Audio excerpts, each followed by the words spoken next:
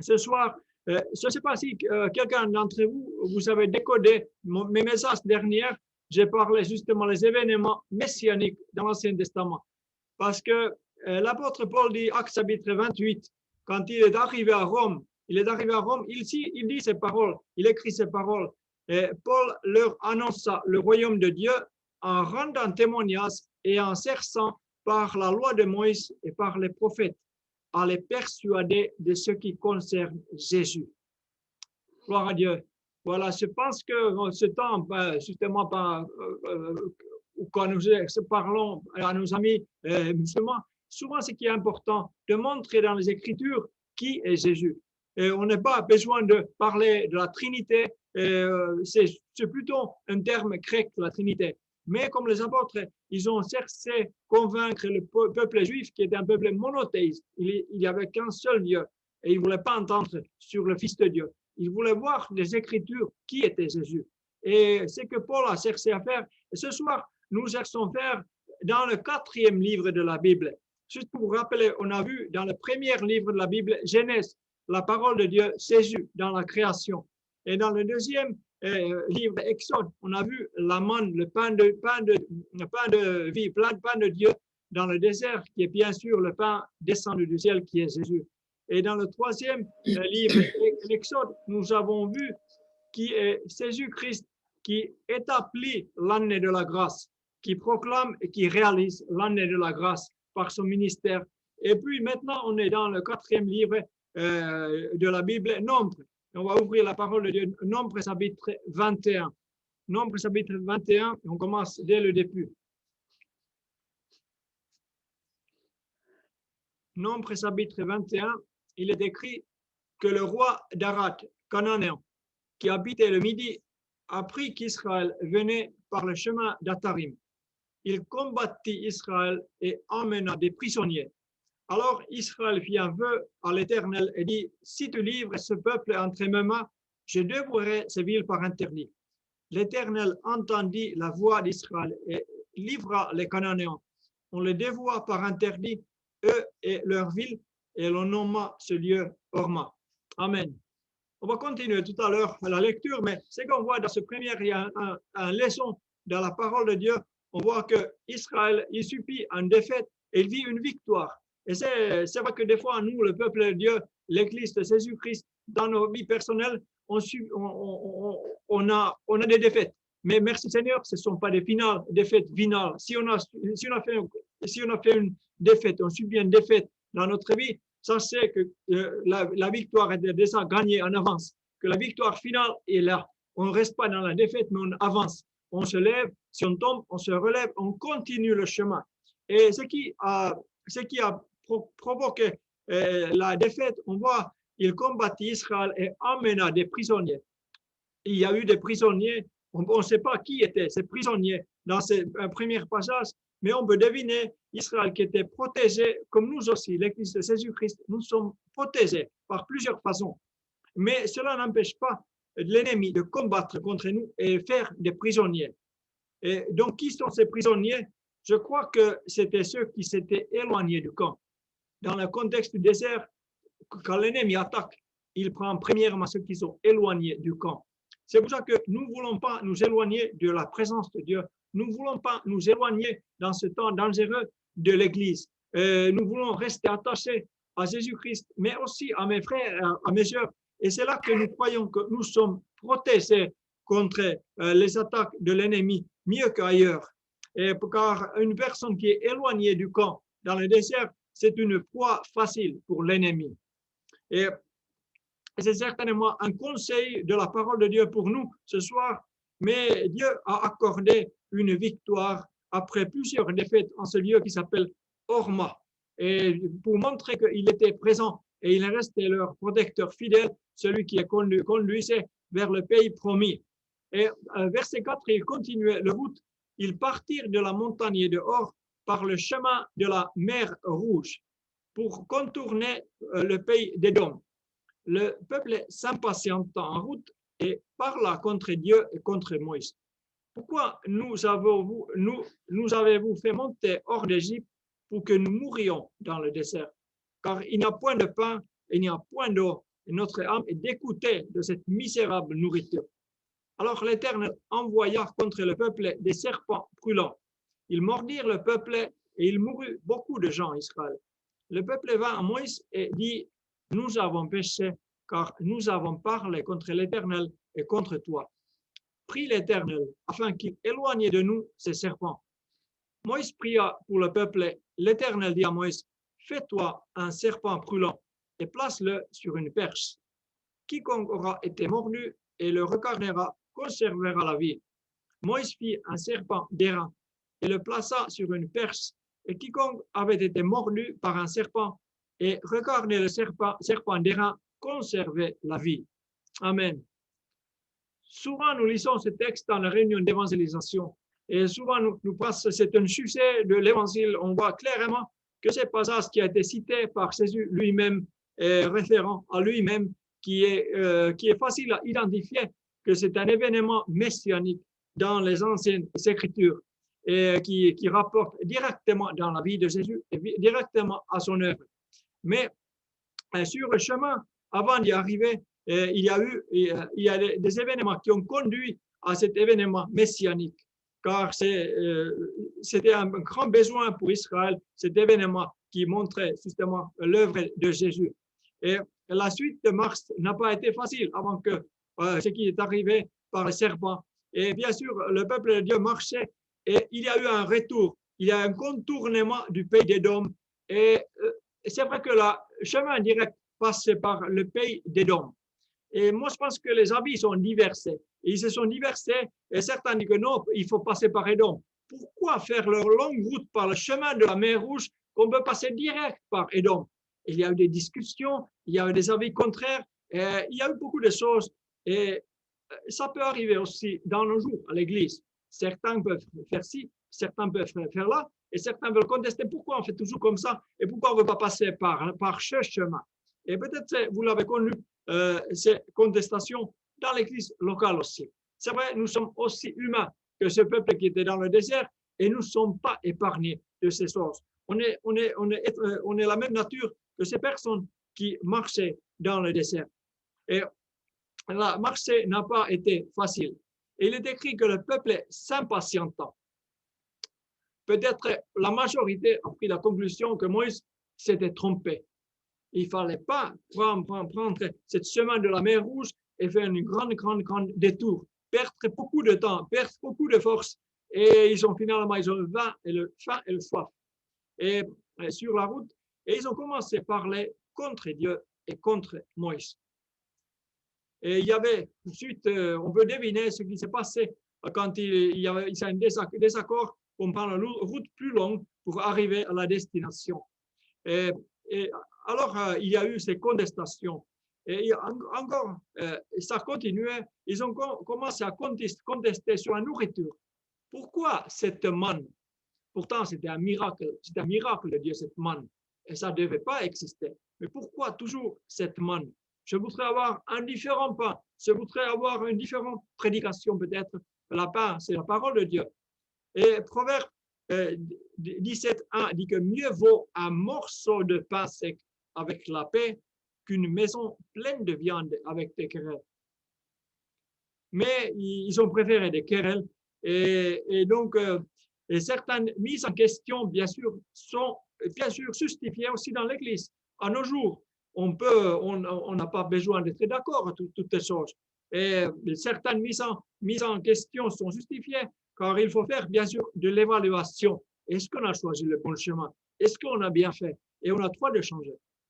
Mais l'apôtre Paul, il nous avertit quand même, Tite chapitre 3, que rappelle-leur d'être soumis aux magistrats et aux autorités, bien sûr civiles, mais aussi, bien sûr, dans l'Église aussi, d'obéir, d'être prêt à toute bonne œuvre, de ne médire de personne, d'être pacifique, modéré, plein de douceur envers tous les hommes.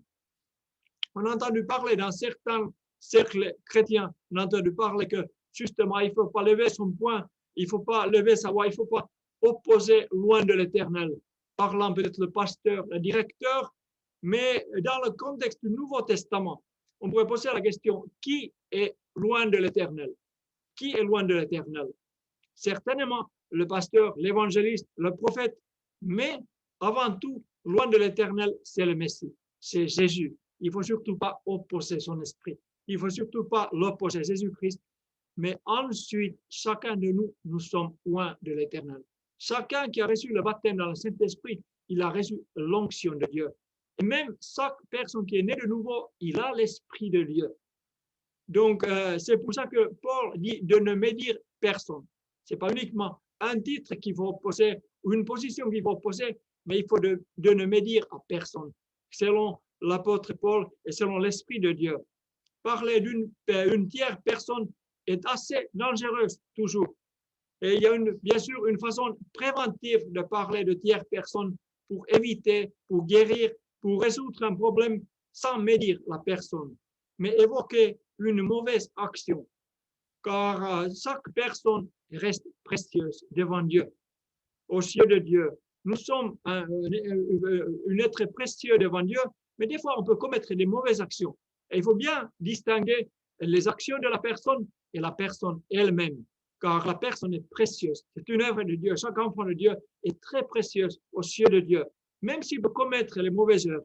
Et il faut bien distinguer, ne pas parler mal de qui que ce soit. Des pères responsables peuvent juger, mais ils ne jugent pas la personne, ils jugent les actions de la personne et non pas la personne.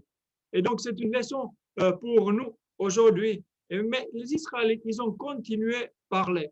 Pas uniquement parler mal les uns des autres, mais ils ont parlé mal contre Dieu. Et ils ont parlé mal contre Moïse. Ils ont vraiment contesté de la direction. Ils voulaient retourner en Égypte. Et c'est dangereux quand on commence à parler mal, ça ressemble qu'on veut retourner au monde. On veut agir comme le monde agit. Ça nous montre qu'on reprend la direction à l'Égypte dans notre vie quand on commence à faire les médisances dans notre vie.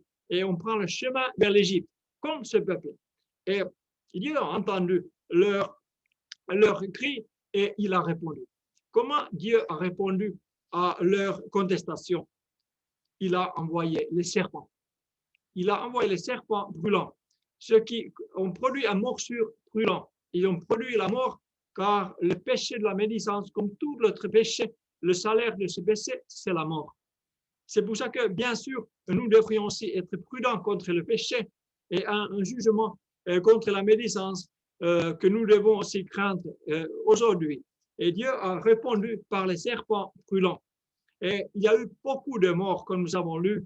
Et il y a eu, merci Seigneur, il y a eu une remise en question. Il y a une mise en question de leurs actions, de leurs paroles. Ils sont reconnus qu'ils ont commis une mauvaise action. C'est toujours bénéfique de reconnaître son erreur, reconnaître ses médisances, reconnaître ses contestations. Et il y a une repentance nationale dans le désert.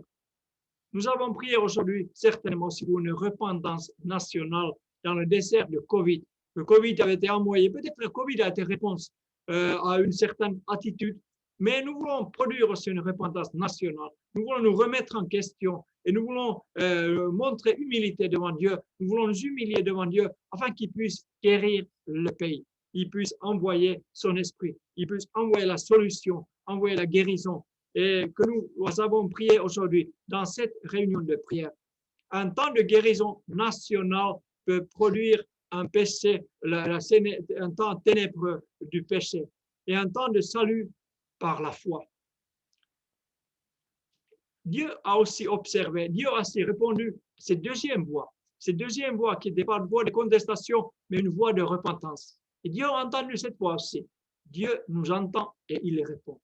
La première fois, il a répondu par le serpent.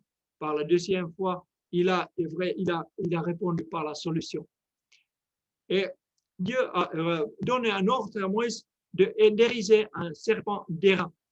Un serpent qui fait peur.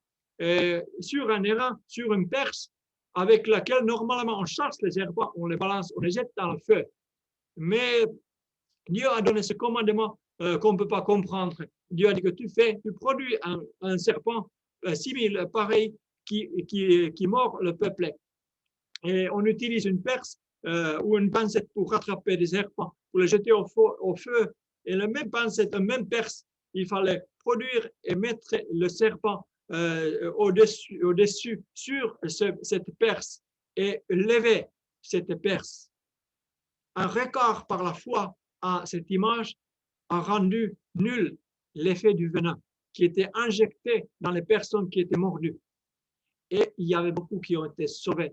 Je ne sais pas combien de temps avant la mort il suffisait de fixer ce regard vers le serpent. Que ce soit un encouragement aussi pour nos frères et sœurs et pour les personnes qui ont reçu une menace ou reçu une condamnation par les médecins. Peut-être la dernière minute suffisait pour regarder vers le serpent, pour conserver la vie. Le serpent qui était monté sur le perce, il suffisait peut-être une minute avant de mourir, de tourner ce regard, de jeter un regard de foi vers la solution de Dieu. Et beaucoup ont été sauvés ce jour-là. Une repentance nationale, la guérison nationale a eu lieu. Et par la suite, le serpent est devenu aussi le caduc des médecins et des pharmaciens. Peut-être sur les ambulances, sur la voiture des pompiers, sur les pharmacies, vous voyez cette perce où il y a un serpent dessus. C'est un symbole, serpent, c'est le symbole du mal dans l'Ancien Testament. Et ce symbole du mal est devenu une idole au temps du roi d'Israël. Idole qui s'appelle Nehustan.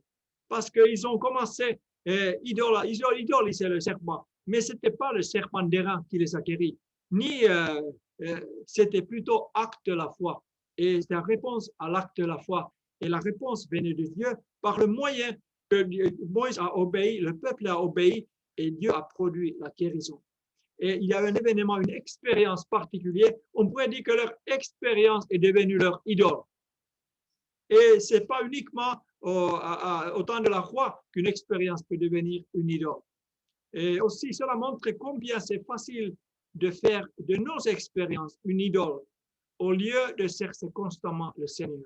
Peut-être une position peut devenir une idole, un service peut devenir une idole, une certaine statut peut devenir idole. Certainement, souvent, nous les pentecôtistes, une dénomination peut devenir une idole. Mais oui, nous sommes les pentecôtistes. C'est-à-dire que je peux susciter de ces pierres des pentecôtistes. Ne dites pas que vous êtes pentecôtiste. Il vaut mieux l'être que dire l'être. Et bien sûr, nous avons chacun droit d'être un pentecôtiste parce que Dieu a répandre son Saint-Esprit sur toute chair. Chacun de ses enfants, il peut devenir pentecôtiste en cherchant le Seigneur, demandant le baptême dans le Saint-Esprit, demandant de nouvelles expériences du Seigneur, et il est fidèle et il honore la foi de ses enfants. Il aime la foi. Nous ne voulons pas que nos expériences deviennent un Nehustan, un serpent d'airain que nous voulons garder des siècles et des siècles. Non, nous voulons vivre de nouvelles expériences avec le Seigneur.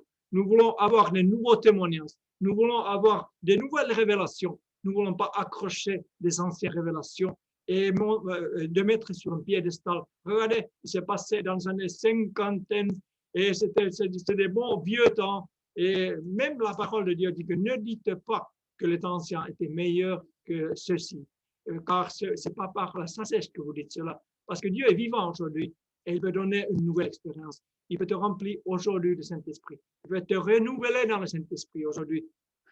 Et comme nous avons vu que ça ne suffisait pas de manger la manne d'hier, mais il fallait trouver la manne quotidienne aujourd'hui et on peut rencontrer Jésus qui peut nous remplir du Saint-Esprit, qui peut nous donner des expériences, qui peut nous donner des réponses à nos prières, car il est fidèle.